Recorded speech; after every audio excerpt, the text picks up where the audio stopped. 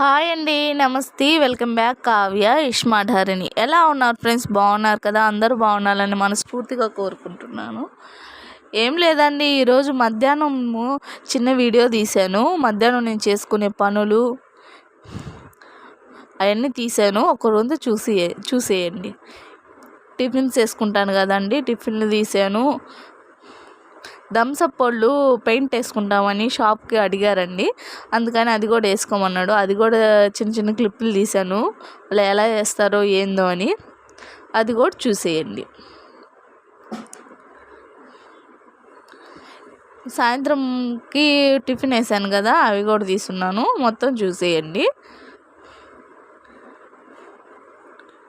దండి Thums Up వాళ్ళు అడిగారు కదా పెయింట్ వేసుకుంటామని, ఆ పెయింట్ వేస్తూ ఉన్నారండి. అంతకుముందు సంగం పాలు పెరుగు పదార్థాలని ఉన్నాయి, దాని మీద వైట్ ప్రీమర్ ఏమో కొట్టేశారండి. ఒక్కసారి కొడితే ఏమో పోయేటట్లేదు, ఇంకోసారి కూడా వేస్తారో ఏమో నాకు తెలియదు. చూడండి, అంటే అక్షరాలు కనపడకుండా వేయాలి కదా, అందువల్ల మళ్ళీ ఇంకొకసారి వేస్తారేమో.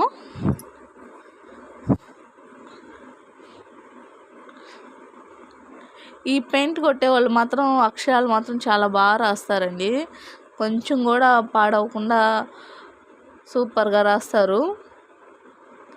ఎవరైనా అంతేను ఇట్లా పనిచేసేవాళ్ళు. ఫస్టే ఒక క్లాత్ లాగా ఉందండి, దాని మీద చిన్న చిన్న చిల్లులు పెట్టి చేసుకొచ్చున్నారు అక్షరాలను కూడా. అది పెట్టి ఒకటి ఉందండి వాళ్ళ కాడ, దానితో రుద్దితే బ్లూ మార్కులుగా పడిపోతున్నాయి, దాని మార్క్ మీద గీసేస్తున్నారు అండి. మళ్ళీ రెండవసారి వేసే లోపల చూడండి, అసలుకి ఏమీ కనపడకుండా ఎలాగా బాగా వచ్చేసిందో గోడ.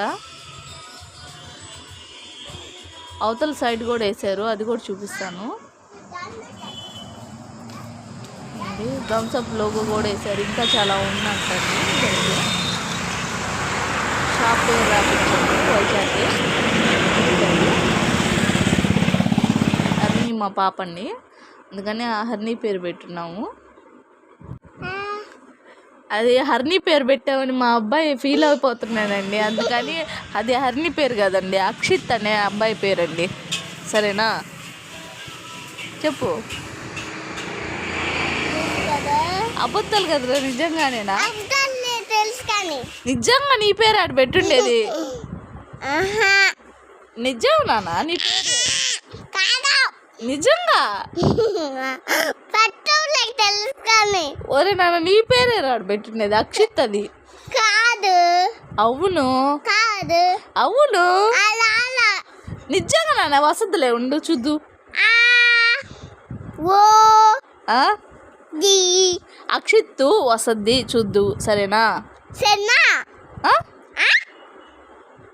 కదండి, మా అబ్బాయి వాడి పేరు పెట్టలేదని ఎంత గొడవ చేస్తున్నాడంటే అంత గొడవ చేస్తున్నాడు. పెట్టున్నారా? నిజంగా పెట్టా. ఈసారి పెద్ద అక్షరాలు తెప్పిస్తాడు నీ పేరు, సరేనా? ఓకేనా? ఫోటో తీపియాలా? తీపిస్తాలే. అట్లాగే, సరే అయితే అంటే వెళ్ళు. చూసారు కదండి, వాడు ఎంతలాను వాదిచ్చాడు. ఇప్పుడు తర్వాత నెక్స్ట్ నేను ఇంకా టిఫిన్స్కి వేసేసుకుంటున్నాను. బోండాలు వేసేస్తున్నానండి. ముందుగా వేసేస్తున్నాను వడ, బజ్జీ, బోండా 3 వేసేస్తున్నాను. ఒక్కొక్క వాయి లెక్కలో వేసేస్తున్నాను. తర్వాత ఇది రెండో వాయి అండి. ఈ రెండో వాయి మొత్తం ఇవి కూడా వేసేస్తాను. ఇక్కడ కలుపుండే పిండి వరకు వేసేసుకుంటే సరిపోద్ది ఈవినింగ్ టిఫిన్స్కి. దాంట్లోకి కారము, అల్లం టమాటో పచ్చడి, మామూలు పల్లీ చట్నీ చేశానండి. అవి కూడా అయిపోయాను అనుకుంటాను దాదాపు. వేసే లోపల మళ్ళీ పల్లీ చట్నీ ఇంకొకసారి చేస్తానండి. మీకు కానీ అవి ఎలా చేస్తానో చూపిమని కామెంట్ సెక్షన్లో కానీ కామెంట్ చేస్తే చూపిస్తాను. కొబ్బరి కూడా వేయనండి నేను చట్నీలో, వాసన వచ్చేస్తుందని.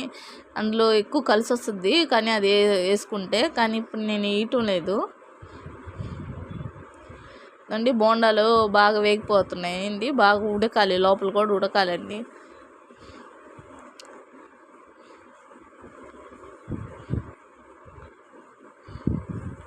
ఇదిగోండి ముందుగా వేసి పెట్టేసానండి లేదా వడలు, మినపొడలండి, పైన ఉండే బజ్జీలు, మిరపకాయ బజ్జీలేను. బోండాలు ట్రే ఇంకా అయిపోయాయి, మళ్ళీ ఇంకొక వేసున్నాను కదా, ఇది తీసుకొచ్చి వేసేసి సరిపోద్ది.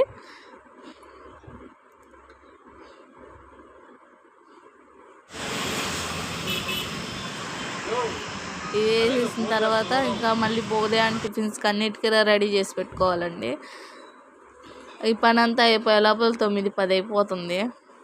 మళ్ళీ ఉదయాన్నే 5-4:30 కల్లా లేచి మళ్ళీ టిఫిన్స్ పనులు చేసుకోవాల్సి వస్తుంది. ఈ మధ్య వ్యాపారాలు కూడా ఏం లేవండి అసలుకి, కష్టపడుతున్నంత ఫలితం అయితే అసలుకి లేదు. ఇప్పుడు నెక్స్ట్ వడలు కూడా వేసేస్తున్నానండి, కొంచెం పిండి ఉంది, ఆ పిండి కూడా మొత్తం వేసేసుకుంటాను అట్లాగే ఒకదాని తర్వాత ఒకటి.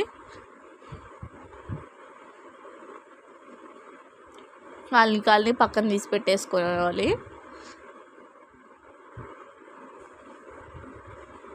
బాగా ఆయిల్ హీట్ ఎక్కినప్పుడు వేసారంటే మరీ అంత ఎక్కువ హీట్ అవ్వదు, నార్మల్ కంటే కొంచెం హీట్గా ఉన్నప్పుడు వేస్తే వడ వేయంగానే పైకి వచ్చేస్తుంది. వడ కానీ బజ్జీ కానీ వీటిల్లో ఏ పదార్థం అయినా సరే అండి, వడ కానీ బోండా కానీ బజ్జీ కానీ మసాలా వడ కానీ ఏమైనా ఆయిల్ కాకముందు కానీ వేసేదానుకో ఆయిల్ బాగా పీల్చేస్తుంది, కానీ టేస్ట్ కూడా అంత బాగుండదు, నూనెగా అనిపిస్తుంది. అందుకని ఆయిల్ బాగా వీటెక్కాక అవునా వేసుకున్నామంటే పడంగానే పైకి పొంగుతాయండి, పైకి లేసి వచ్చేస్తాయి.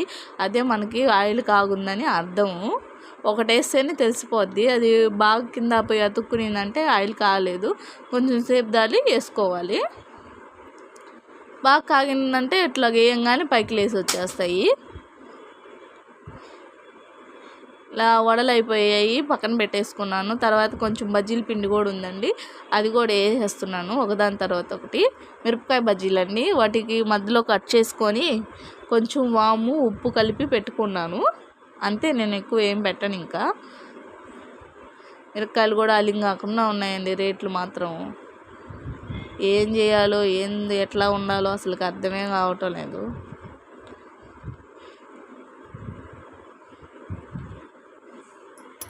ఇవి కూడా 5 రూపాయలు లెక్కన ఇస్తున్నామండి, ఏం గిట్టుబాటే కావటం లేదు. బోండా అయినా 5 రూపాయలే, వడ అయినా 5 రూపాయలే, బజ్జీలైనా 5 రూపాయలే అండి. వీటిలోకి 3 రకాల చట్నీలు చేస్తాను. టమాటా చట్నీ చేస్తాను, పల్లి చట్నీ, ఎర్రగారము. 3 పెట్టినా 3 ఒకేసారి అయిపోతాయి. చూపిస్తూ ఉండండి, ఇవి కూడా అయిపోయాయి, మళ్ళీ వేయాలి నేను. ఇటు కొంచెం బాగా వేగనీయాలండి, మరీ ఎక్కువ ఫ్లేమ్ పెట్టుకోకండి, మీడియంగా ఉంటే మంట వేగుతాయి, లోపల కూడా ఉడుకుతాయి. లేకుంటే లోపల ఉడకవు, పచ్చి పచ్చిగానే ఉంటాయి, పైన మాత్రం కలర్ వచ్చేస్తుంది.